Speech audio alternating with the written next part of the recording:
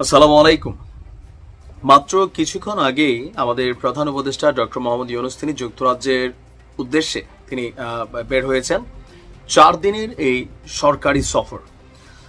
তো ওনার সফরে যাওয়ার ঠিক আগ মুহূর্তে যেই ঘোষণা এসেছে, তবে যারা এই ঘোষণা দিয়েছেন তারাও কারোর কাছে এখন একদম কি বলা হয় যে হাজির বিরিয়ানি, আবার কারোর কাছে আবর্জনা, মানে এক একজন এক এক দৃষ্টিভঙ্গিতে দেখছেন।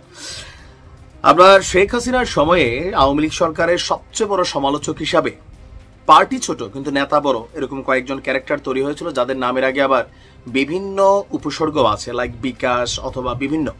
তার মধ্যে একজন হচ্ছেন জনাব তারেক। ভিপি নূরের এক সময়ের সতীর্থ তারেক দল ভেঙে করেছেন আলাদা দল, আর এই দল করার পর গেল সাম্প্রতিক সময়ে ডক্টর মোহাম্মদ ইউনূসের সবচেয়ে বড় করা সমালোচকদের মধ্যে তিনি একজন। আজকে তিনি যে ঘোষণা দিয়েছেন, যদি এই ঘোষণা বাস্তবায়ন করতে পারেন তাহলে ডক্টর মোহাম্মদ ইউনূস 4 দিন পরে এসে তিনি আসলে কি পরিস্থিতি